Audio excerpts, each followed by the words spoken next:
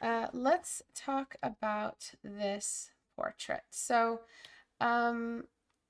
really what I am looking for is, I'm not trying to destroy the style you're after, but what I will do is address where in the laws of rotation and 3/4 view rotation you have kind of fallen off. So let's take a look at them. Let me start redlining. Okay.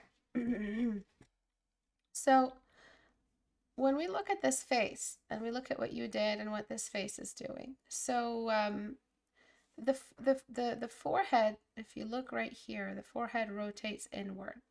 You know, I'm trying to show it rotating by exaggerating. So meaning that the forehead is kind of like on this rectangular setup. So we have the part that looks forward and the part that looks to the side. Remember the cube? The cube is everything. Everything is based off the cube, because in the cube you have the actual diagram of natural space. You have X, Y, and Z. So right here, or whatever, based off how you look at it. So we can see that there is this rotation right here. And on this rotation there is, let me start using a blue line.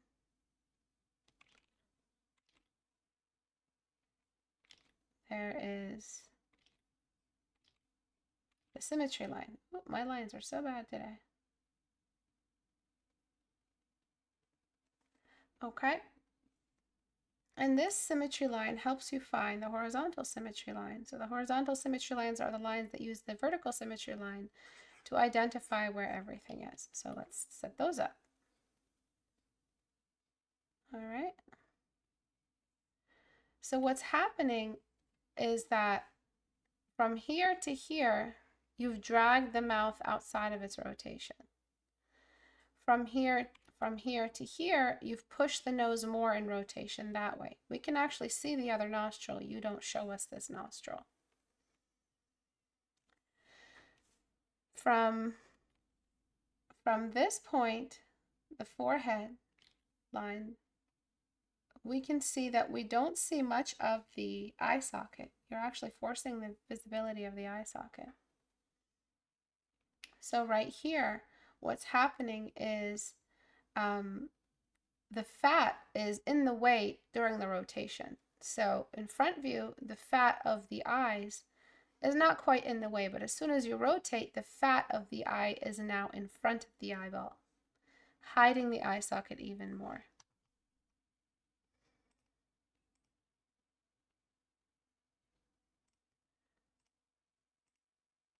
Okay.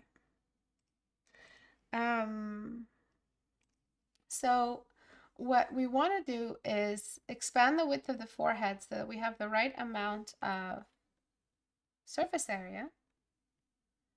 Okay, and you're pretty much just hiding the other side. Address this kind of elongated and misaligned vertical symmetry line rotation right here.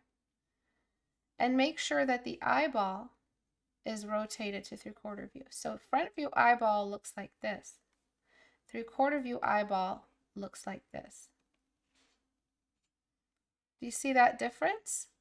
So front view eyeball, let's really take a moment to just appreciate this.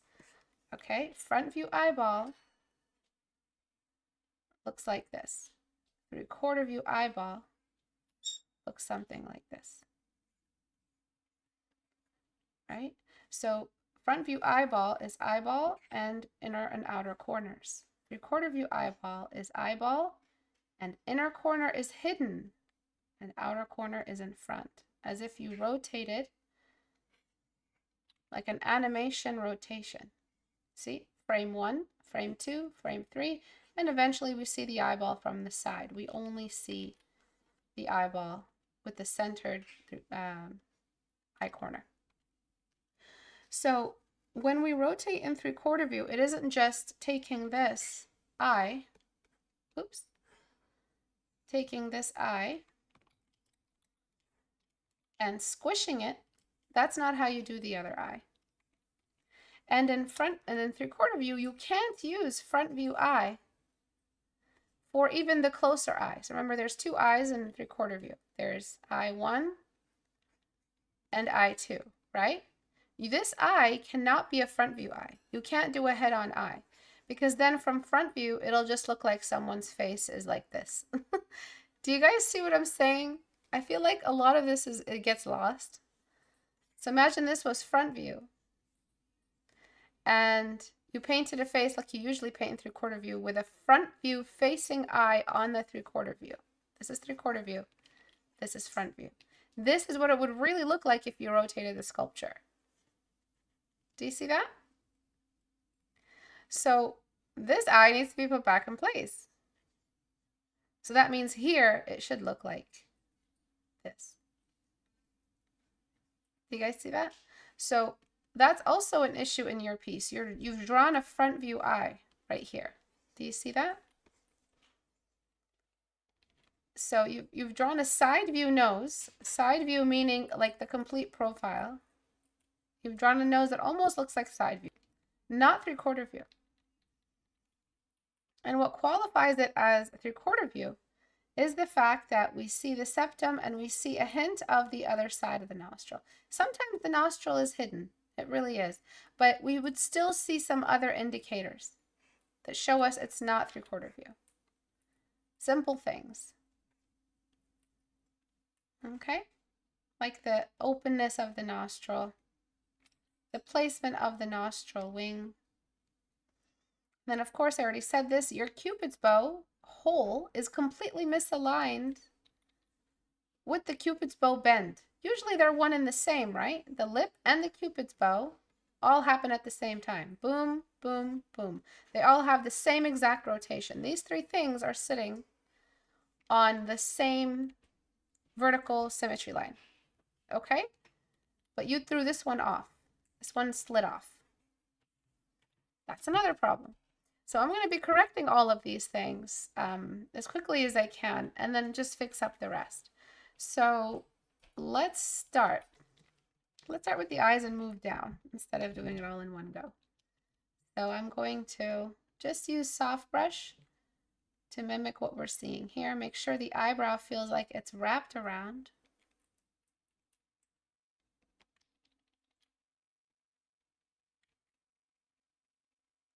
Okay, and then we're going to jump into liquefy. Let me flatten the image.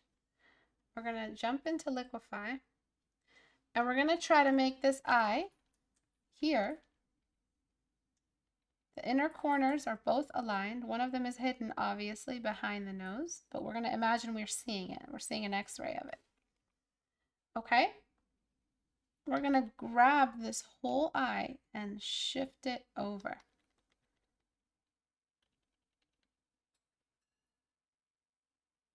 All right, so right here, and then shifting it over.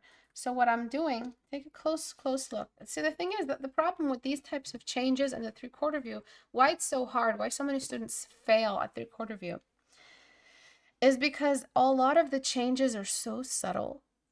They're so effective, but they're subtle that the beginner's eye can't see them. They're literally blind to it. Okay, so before, after. So something about this eye looks more 3/4 view than this eye. And that's because we're weighing more of the eye.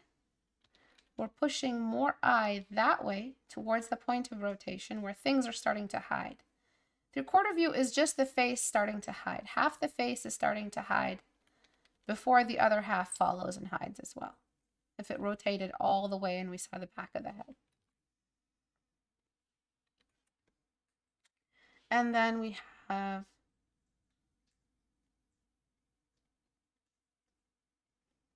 the rest. So now it's a 3/4 view eye. Front view eye, 3/4 view eye. Front view eye, 3/4 view eye.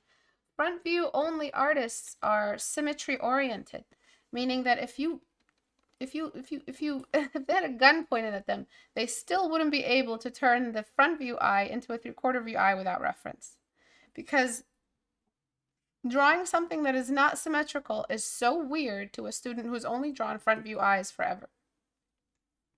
Especially if that's all they've ever drawn, even when they were a child. Their brain is not capable of rotating yet. So it's really excruciating, those first couple studies they do of head rotations. And a lot of my students have been assigned head rotations because I'm noticing not enough people actually sketch the head being rotated. Okay, so let me read some questions. Thank you so much, Aline. Thank you so much. Can you show some tips on the eyelids and how they move over the eye? I'm really struggling. Welcome, Crimnilla. Yes, I'll try to get to that. So that's the first thing, is that we move the majority of the eye's weight to the rotating side. Oops. So flatten images right here. Okay, so before, after. And so the other eye needs to be rotated as well. You can see here how we barely see the fat of his eye. This is the reference the student used. I got it from the subreddit. Speaking of the subreddit, keep an eye out on it. There's going to be a community challenge. All you got to do is paint an illustration and you win a bunch of stuff, including one-on-one private tutoring with me. I have not been booking private tutoring lately because I have been giving myself more time to be an artist myself. So I've been taking a bit of a lighter workload. So it's a very rare commodity. It's very rare to get a private tutoring session with me, even a portfolio review with me these days. So the price of that reward has gone all the way up. It's like the equivalent of $400. Like, honestly, right now, if somebody said, Istebrak, stop painting your personal work, I'll give you $500 to review my art, I'd be like, no. Keep your fucking money. I don't need it. I'd rather do my own personal art. So doing critique hour is such a big deal for me. And offering private tutoring sessions as a reward for the community challenge is an even bigger deal for me. So yeah, like, take that to heart. Join the challenge, okay? It's really, really expensive rewards. Anyways, so right here, you see how you boxed the eyebrow is so thick, there's a bit of a block before it gets boxed out. And so you didn't really do that. And so I'm kind of trying to do that here. And I'm not sure if you wanted to mimic the eye weight exactly. I'm not sure if you wanted to do that, but I'm trying to mimic it for you, just so that we can work a little bit closer to the reference. And so I got that surface area right there. I got that extra darkness right there.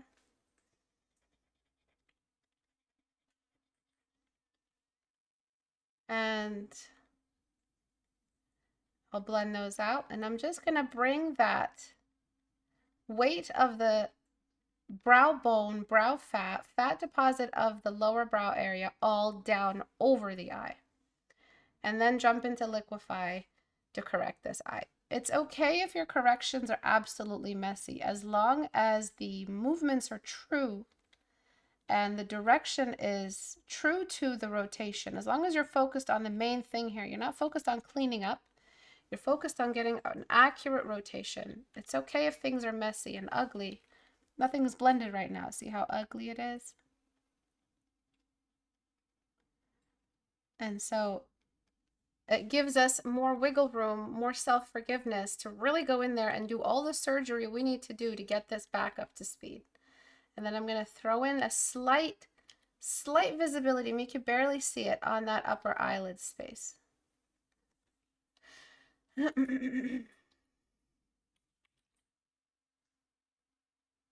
Okay, nothing is blended right now. Everything is just kind of blocked in or cell shaded in, so to speak. All right, now we're looking at the rest of the eye. So sometimes when you guys draw, the eyes you draw look very saggy. They kind of look like the skin is not even made of skin. It makes like a kind of an artificial feel to the eye. And that's because you guys have too much of a droop. You guys droop the lower eyelid way too much. You don't make it look like a tight belt hanging over a belly. So imagine Santa Claus, and imagine his big fat belly like a bowl full of jelly. Okay. And these are his Santa feet. So would his belt make a lot of sense if his belt was just like hanging off Oh, his pants would be on the ground. All right, we don't want a pantless Santa. Is that how underwear looks like? So what we want to do is make it look like a tight wraparound of the belt, of Santa's belt. Okay. So look at how much you're drooping. Look at that drooping. It looks like, it looks like an older person, but only old in the eyelid. Look at how almost it's a straight line. Like it's not really drooping over here. Why did the student do this? Because in their mind, they're still drawing front view eye. The symbol will haunt you for life. The symbol is the reason why. The symbol is taking over. It's hijacking your attempts at rotating accurately, sculpting accurately, drawing accurately. The symbol of the eye that you learned when you were a baby, when you were a kid, is still there. So that's why when you draw an eye, you're still drawing that almond shape. But it doesn't do that. Look at that symbol on the emojis too. You guys are not getting any chances out here. Really, it looks like this. Oops, it looks like this. The eye has a much tighter lower eyelid. The upper eyelid moves more than the lower eyelid does. For most people, if not all people, honestly. It's not to generalize it. This is how the eye functions. Anatomy is about functionality. So when we blink our eyes, when we close our eyes, it's the upper eyelid doing the most work. The lower eyelid can squint, it can assist, it's a supporter, but the upper eyelid is the real ADC. So let's leave the upper eyelid alone forever, okay? Let's just make it straight and mind our own business, because we are constantly overburdening the function of the lower eyelid as if it needs to be as functional as the upper eyelid. We're not lizards. Imagine both our eyelids had to move in the same amount. Wouldn't that be weird? Wouldn't that be so weird? Imagine that. I just want you to imagine it. Mandatory class requirement to imagine creepy things. All right, so I'm making a nice straight lower eyelid. Look at that. Things are already looking better. Lots and lots of small changes adding up is what makes three-quarter view look like three-quarter view. I think you wanted to add some kind of makeup effect, so I'm going to just leave that alone. Based off where we are, the eyes are okay with each other right now. Right? Nothing has been blended. Nothing has been changed. Let's take a look at the before and after just on the eyes. Pay attention to just the eyes. I'm gonna flip through it a number of times. Lots of small, I haven't even blended yet. Lots of small changes adding up. This happens because you're not fighting symbol with symbol. Let's go into your brain. Let's like Magic School Bus style go into your brain. Did they ever do that in Magic School Bus? Like shrink so small, the size of a what is it, a neuron? Is it a neuron? I don't know. So let's shrink. So right now, your brain is full of symbols. Okay. Let's just do a mountain. Let's do a basketball or tennis ball, baseball. I don't know. Lots of different symbols. Okay. What's another symbol? No, that's a sign. A symbol of something like, oh, like a thumbs up. There we go. That's a thumbs up. Oh my God. So you right now are trying to draw three-dimensional objects. You're trying to draw like three-dimensional rotated eyes. You're trying to draw, but you're doing it only as rendering. Oh, a heart. That's another good one. Good job. You are not fighting these symbols with other symbols. You're fighting them with some kind of mesh painting. All right, so we're x-raying in your brain. Remember, we're going in. You tried to draw an eye, but the eye is kind of fighting this symbol. So we're getting something of an eye, but the symbol is fighting. It's fighting. It's sitting on top. It's on top of your viewfinder. Your eye can only see through the symbol. So the symbol is literally gravitating on top of your attempt to draw something realistic, that you end up drawing something that looks not quite right, but maybe you can render, but you rendered something very uncannily sketched out. The way to fight this is to erase this symbol from your mind in one really, really good way. And that is to replace that symbol with the actual diagram of an eye, a functional diagram. You start with the eyeball. You start with the two edges of the eyeball, those tighter muscles that keep the eyelids taut around the eyeball. You show where the eyelids are. You show where the eyebrow bone is, cylindrically, where the cheekbone might be. You're fighting symbol with symbol. But this symbol, it's still a symbol. It still qualifies as symbolic. This is not the actual eye. It's symbolizing the eye mechanically, accurately, but it's still symbolic.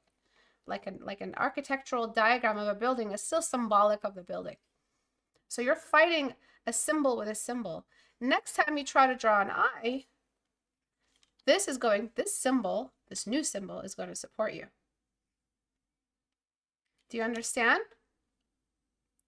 So you're not going to have that horrid emoji drawing of an eye anymore holding you back. Every time you try to do a 3/4 view eye, it's holding you back. Every time you try to do a low angle eye, it's holding you back.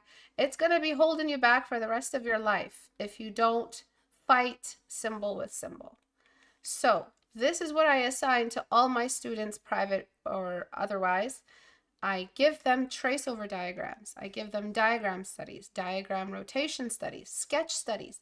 Fight symbol with symbol. Replace that awkward symbol, that dysfunctional, useless symbol to an artist until like they decide to be abstract or representing something like, I don't know, artistic or, you know, artsy fartsy stuff when they put an eyeball on top of a forehead or something. I don't know. You can bring this back when you need it, but you don't need it right now, not while you're trying to make your portfolio applicable so you can pay your bills, all right? Applicable to any media. It's not going to be useful to you. This symbol is not useful. It's not. It doesn't even help you with things like anime, which are very stylistically rigid. So that's why this student did this. That was all just to explain why this was happening.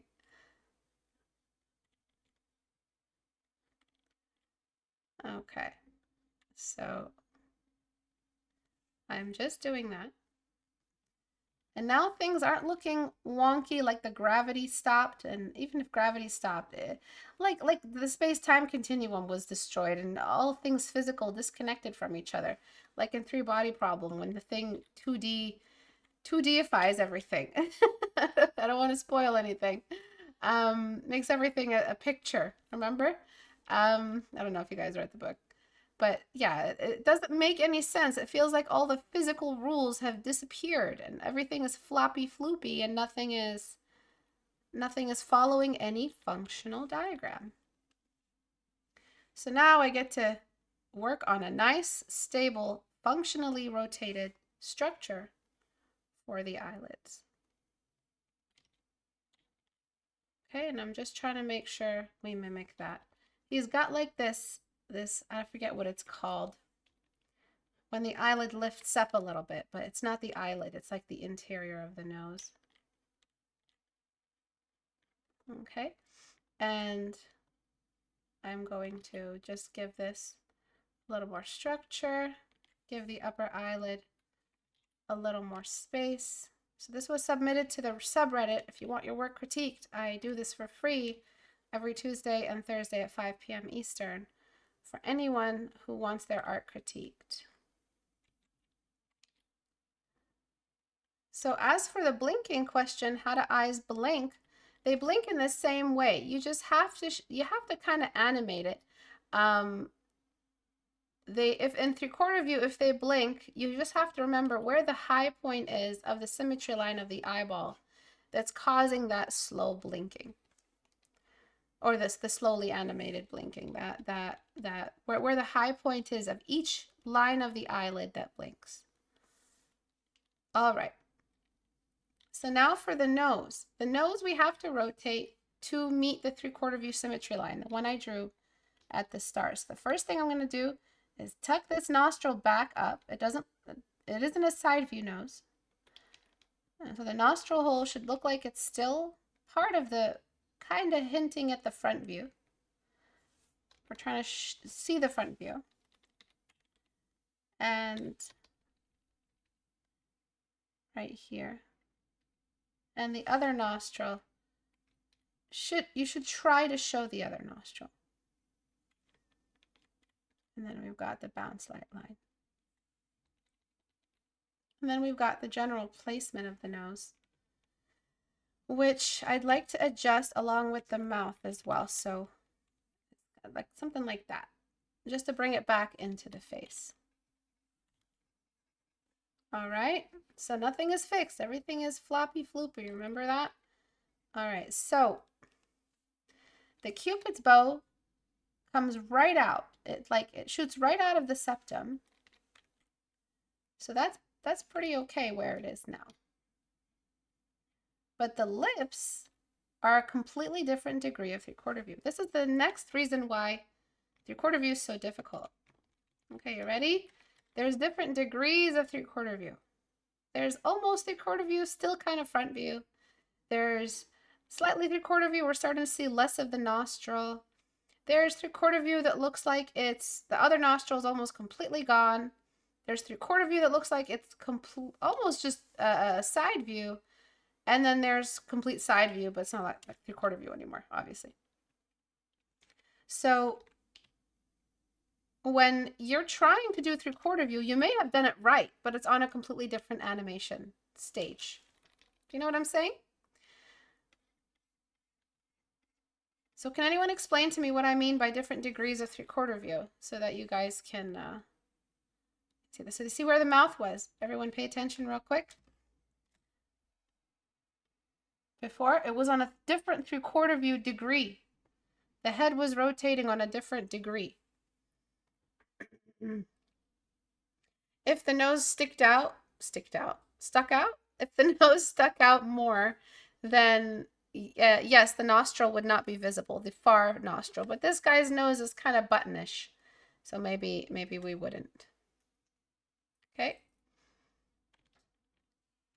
And then there's the chin, which feels just a little bit like it's too big. That can also be because you made the face, after we adjusted everything, the face is too small. So you can fix this in two ways. Shrink the chin down. His chin is pretty big, but not that big. Or increase the size of the head.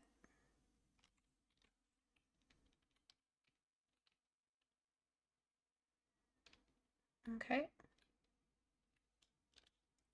There's also the distance of this eye. You can make this eye further out more. Oops. You can make it move out further. All right, and so before, very little face, lot of head. You see that? So more skull, less face. You guys do that a lot too. I noticed that's one of the more common beginner mistakes. This was probably a beginner mistakes, common beginner mistakes video, because a lot of these mistakes I'm seeing, like not just in beginners, like in some more gifted artists as well. I don't know why I said gifted. I don't even believe in that shit. More of the skilled artists. I don't know, man. Just okay. And then I'm just going to clean this up.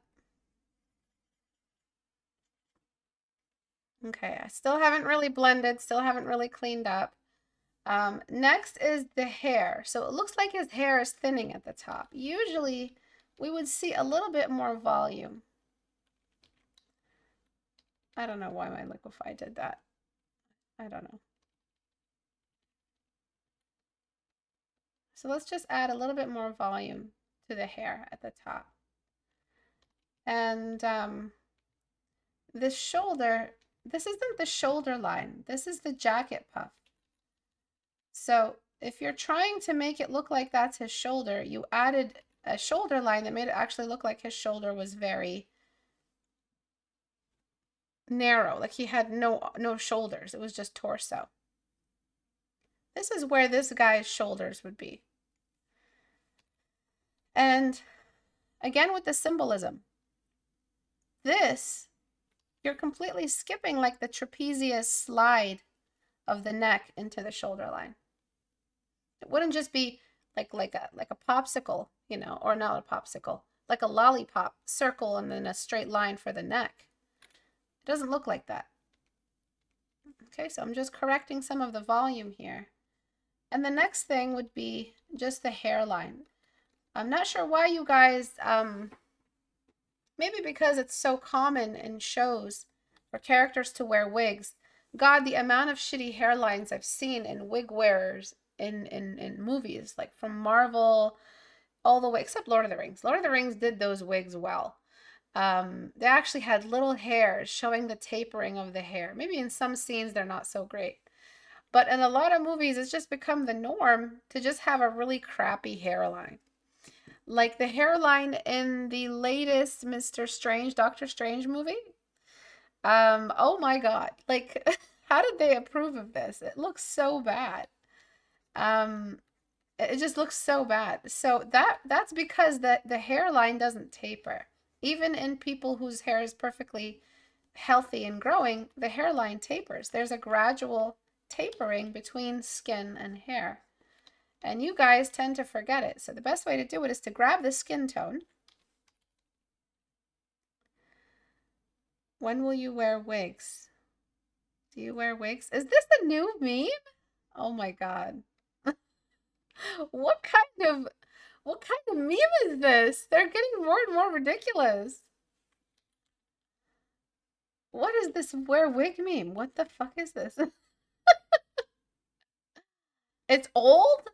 How old are we talking? I've only been offline from social media for like a month or two.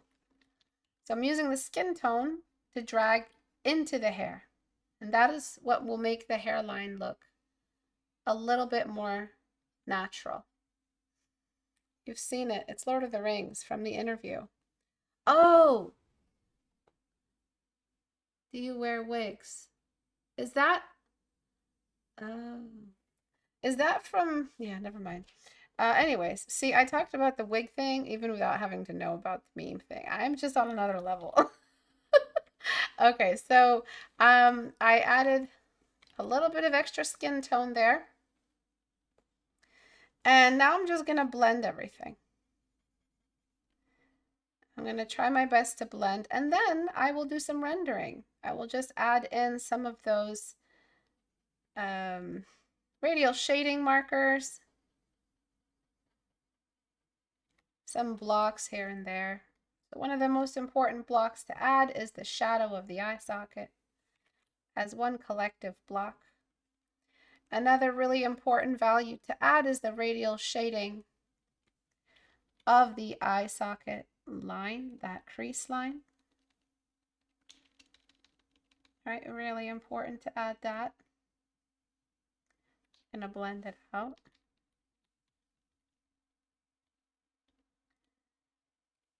Okay, merge that down, blend that out. This far eye needs a little bit more volume and a little bit more shadow. And I'm gonna blend out the eyebrow a little bit. And this guy's eyebrows, no, this guy's eyebrow bones are extremely large. Look at where his forehead line ends, where it's going, and look at where the cheek.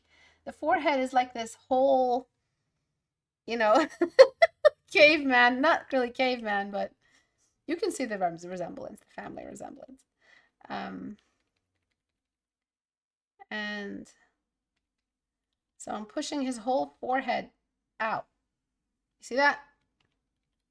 Okay, so before, after. And that's what was making him look feminine.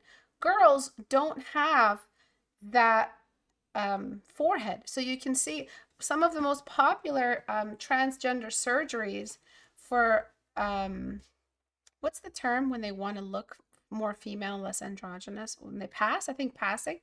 I've noticed is the forehead surgery, when they shave away at the bone to make the bone curve in a more feminine way and less a masculine way. So after puberty, guys' foreheads just keep keep like facial feminization surgery. Excellent.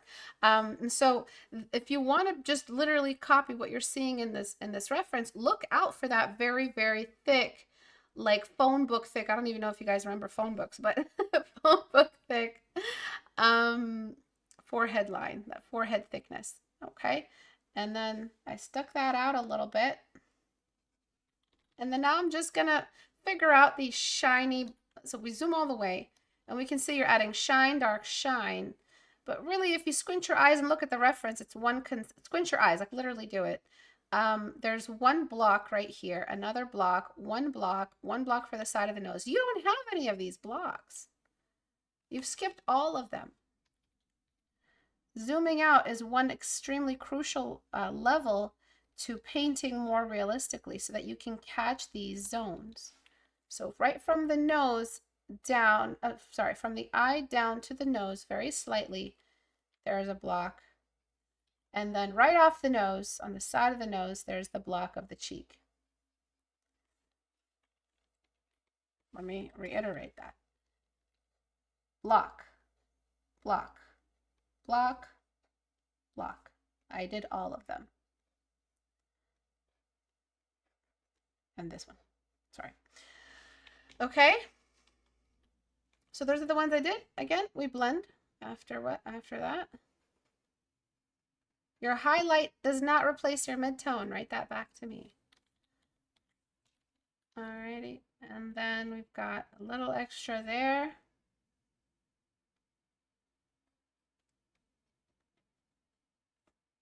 And then after we have our midtones, then we can bring in those highlights. I usually bring them in with pure white.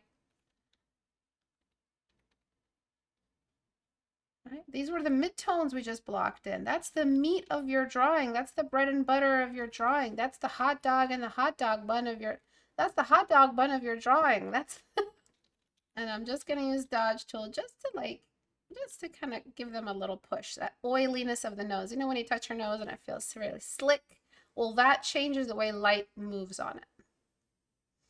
Looks very moist. As you can see, the pupil iris, they don't make much of an impact. They're just there sitting. You can make them more accurate if you like. I spend my time on those, but right now I just want to focus on making sure this before and after is as sensical as possible. All right, and then just a little bit more. And then before, after. See that little pointiness in the chin? What was that villain with a very pointy chin? I forget his name, but it kind of looked just like that. All right, and then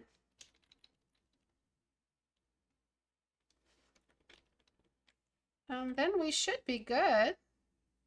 We'll show you the before and after in a moment. Oh, and then one more thing. If you look at his lips, his front lip is more forward. His top lip is more forward than his his bottom lip. Top lip is forward, bottom lip is backward. Gosh. So I'm going to grab this lip and I'm going to push it back. That's going to make the lip look more three-dimensional. Okay.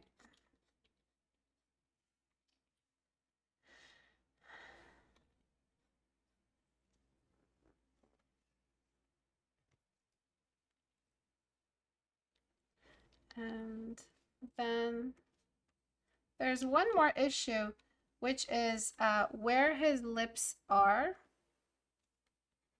So it feels like his lips are kind of overblown, but in this one they don't feel overblown, and that's because of the upper lip. So I'm going to get the pinch tool on Liquify, and I'm just going to de-filler his lips.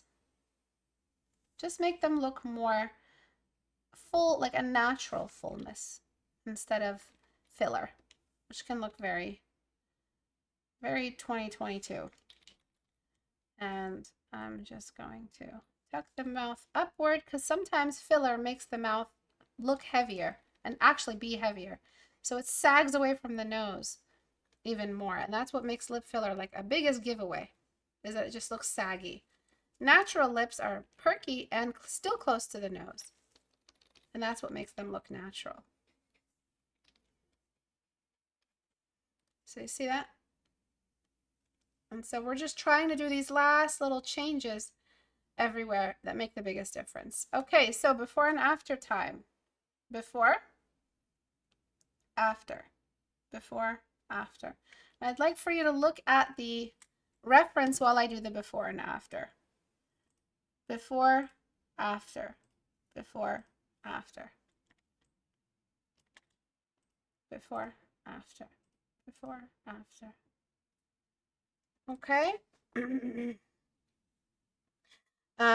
These little subtle changes just come with art experience. I can't do that yet. Not at all. Not at all. It's not art experience. These are not creative choices that we made.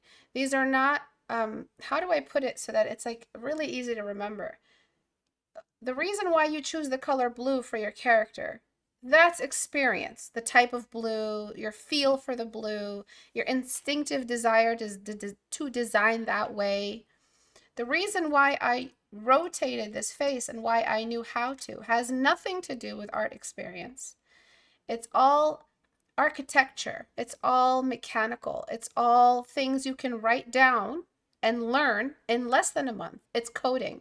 It's like standard measurement. It's math.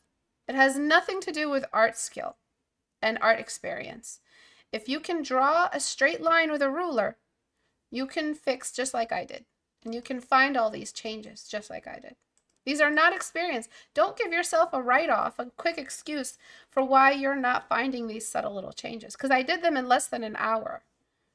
How bad could they be if I did them in less than an hour? I know I'm kind of really good at what I do, but still, I know I may make it seem like, oh, it's just something she can do because she's done it forever. No, that's like skin tones and knowing what looks wrong, rotation, maybe a little bit of perspective might be something that you can say, oh, that's experience.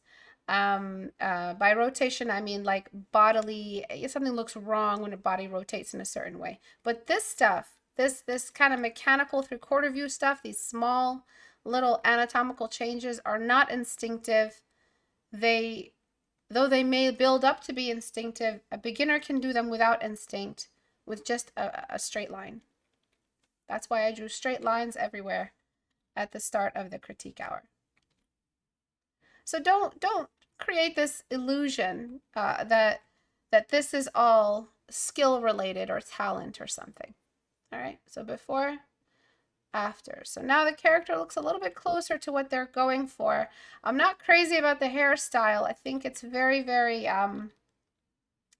like kind of all over the place. The bangs are behind and underneath the top part of the hair. Shouldn't they be in front? You know, because they're divided at a point from the high point right here.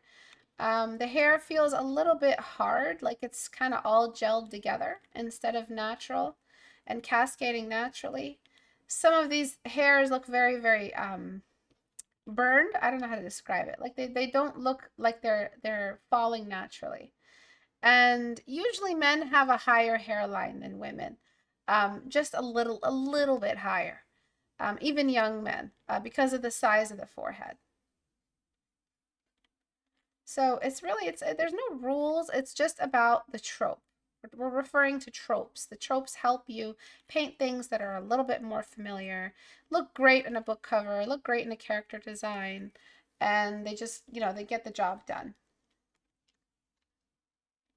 Most of the time, when you are painting for a commission, they're painting you for a trope. They're paying you to paint a trope. They're not asking you to reinvent the wheel for them. They want their character painted. They think their character is the most perfect thing in the world. And so you're going to use a trope that is beautiful, that is structurally sound, unless they tell you, oh, this character's got like half their face burned off or something. Okay, so before, after. That sagging in the eye is really the biggest change we did, and it was such a small change. You can easily see the difference. You don't need to be a professional to know the difference between this line and this line, do you? Can you see the difference between this object and this object? Can you see this difference? If I were to grab them and put them on top of each other, one would go down and one would be straight. Can you see this difference? Then you can make these changes in your art. Right? And if you really are having trouble, trace. Trace until you learn everything there is to learn about the face. Trace, trace, trace. Don't trace and say you didn't trace. That's just kind of shitty.